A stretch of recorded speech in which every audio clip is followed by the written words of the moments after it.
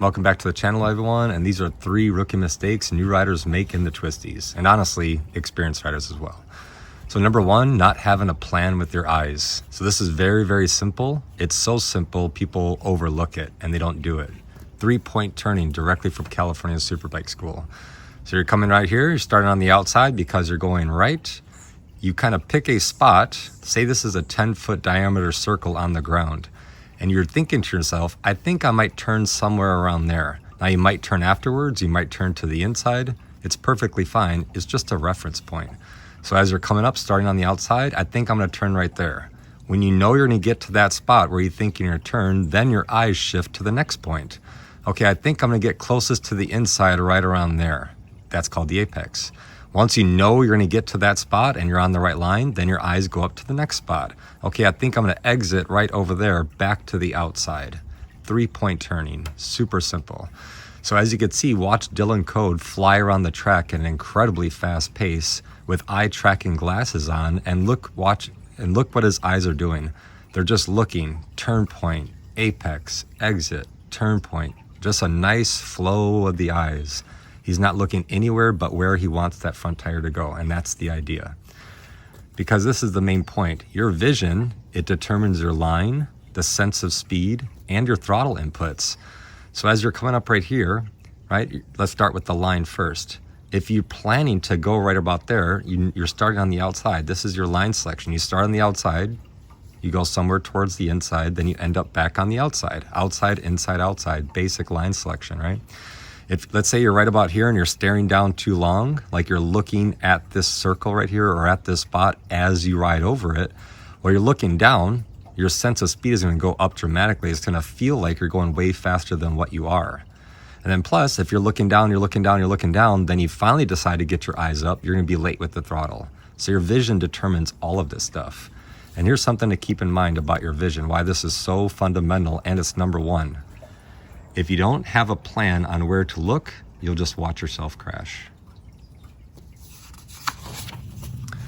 Number 2, unable to control mid-corner speed and lack of braking ability. So let's just say you're going through a corner, so you're on the throttle, roll off the throttle, start squeezing the brake. As you start to lean, you slowly release the brake past tipping. This is called trail braking. You're trailing off brake pressure. Slowing down, slowing down, slowing down, get the bike to slow turn, crack open the throttle a little bit to maintain your speed. Once the bike gets facing the right direction, back on throttle, okay? So that's a perfect corner. But let's say a deer jumps out in front of you right here. Okay, while you're right here with barely any brake pressure, you have to know how to have the ability to start squeezing the brake and then maybe unsqueeze the brake, because you're squeezing the brake to slow down, the deer ran across the street, get back off the brakes and continue on through the corner. If you don't know how to do this, if you have never practiced braking in the middle of a turn, you are setting yourself up for failure. I don't care how much experience you have, I don't care how good your line is or how awesome your vision is. If you don't practice this, squeezing and unsqueezing the brake in the middle of a turn, you are always in a position where you're going to be reactive, and all you're going to do is hope nothing happens. Hope is not a technique. Just keep that in mind. Also, one little quick tip to keep in mind, uphill versus downhill. So this corner is an example of a flat corner. If we were going uphill, guess what? The brakes would be on more pressure, and you would be on the brakes probably past the halfway point until right about there, because going downhill, right, if you let go of the brakes right here, you're going to pick up too much speed. And this is where people panic and crash. They picked up too much corner speed. They're like, oh my God, I'm not going to make it. Then they grab the brake because they don't know how to brake mid-turn, like I said a second ago, or they add a whole lot of lean angle, bam, crash. So when you're going downhill, just know you're probably not going to be off the brake until way past the halfway point, because gravity is still pulling you down, okay? Now, if you're going uphill, let's say we're going this way, we're going uphill, you're going on the brake, you'll probably be off the brake before the halfway point going this way because gravity is slowing you down. But then that means from here, probably to over here, this is going to be all maintenance throttle because you're going uphill. If you still continue to be zero throttle, you're just going to keep on slowing down and the radius will keep on tightening. To maintain your speed, to maintain your radius, you have to twist the throttle enough to do that, and that is called maintenance throttle, okay? So just keep that in mind. Things are a little bit different, flat, uphill versus downhill. But not being able to control your mid-corner speed and just not being able to brake in the middle of the turn, you're setting yourself up for failure. And number 3, throttle timing. So people don't understand the difference between neutral throttle and when to accelerate. So here's rule number 1, directly from Dylan Code of California Superbike School. Nothing happens with the throttle until you're done leaning and you're on the right line. That means you're 99% of the time, unless it's a fast chicane or you're going really slow or it's just barely a turn, it's like a humongous sweeper. Most of the time, there are exceptions, but most of the time you're going to be 0% throttle as you add lean angle. 99% of the time you're going to be like this anywhere, okay?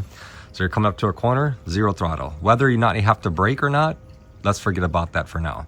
So 0% throttle, and then you start to add lean angle, okay? Now what's the rule? Once you are done leaning and you're on the right line, so let's take the orange rider, go into the corner, 0% throttle,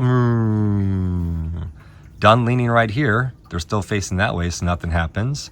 Stay at 0 throttle, the bike will slow, continue to turn, they're on the right line. Now you crack open the throttle to maintain that speed right about there. Then once the bike gets facing in the right direction, you can start to accelerate.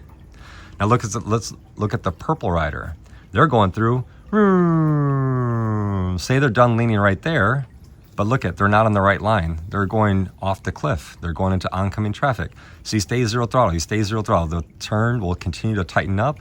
Finally, way over here, this rider can get back on the throttle because they weren't done leaning and they weren't on the right line. Now, if you're going faster and you might go off the cliff or into oncoming traffic right here, this is where you need to go to the brakes, slow the bike down if you weren't braking already, slow the bike down to tighten up your line even faster.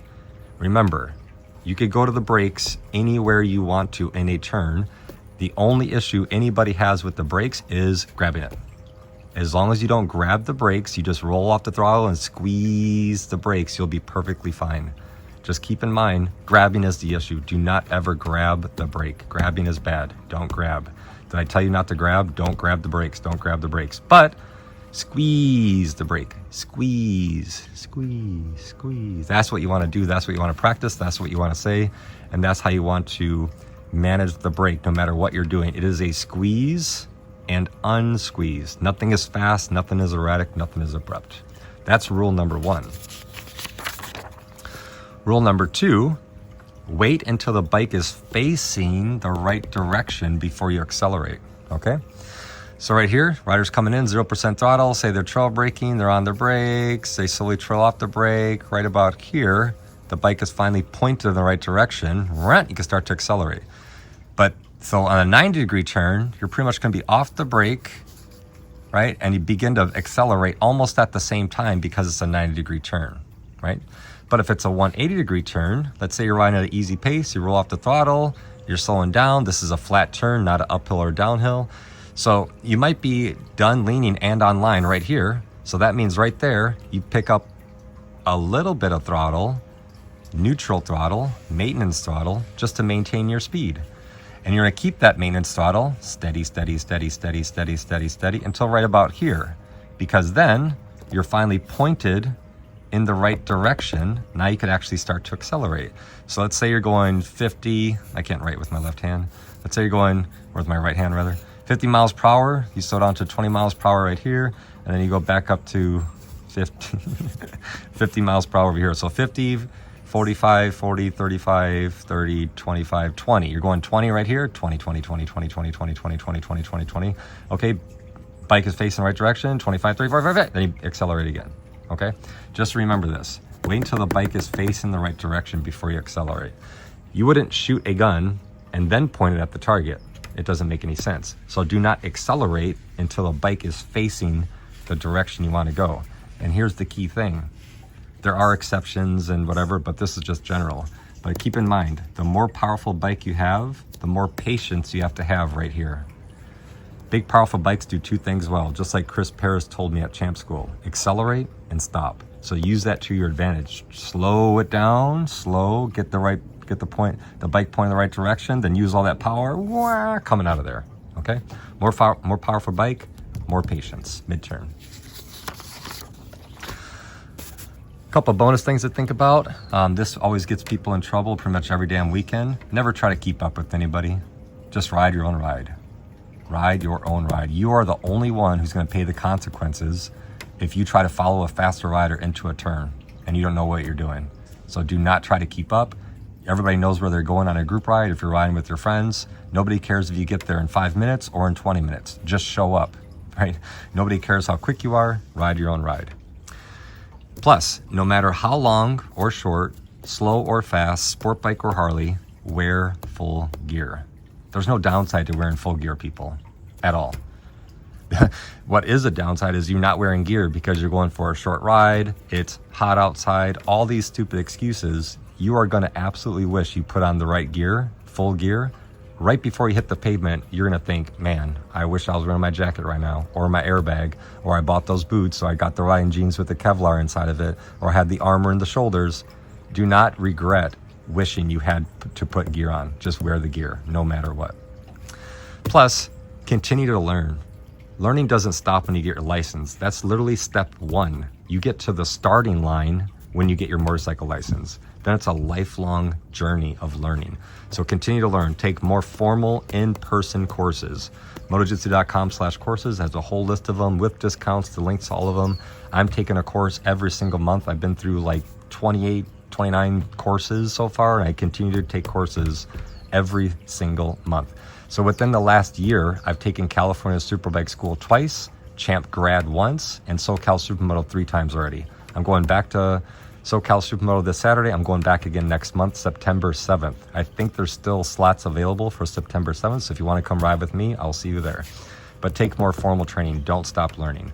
And at a minimum, let's say you have no courses, at a minimum, set up and practice my MotoJitsu drills. The link to my app and my book is all in the description. Go set that up. Just get some tennis balls, cut them in half, get some simple cones, and go practice. There's no downside to practicing, just like there's no downside to wearing gear. You're only going to get more comfortable and confident with your bike. In turn, will make you a better, more well-rounded, safer rider. Don't forget to subscribe. See you guys in the next one.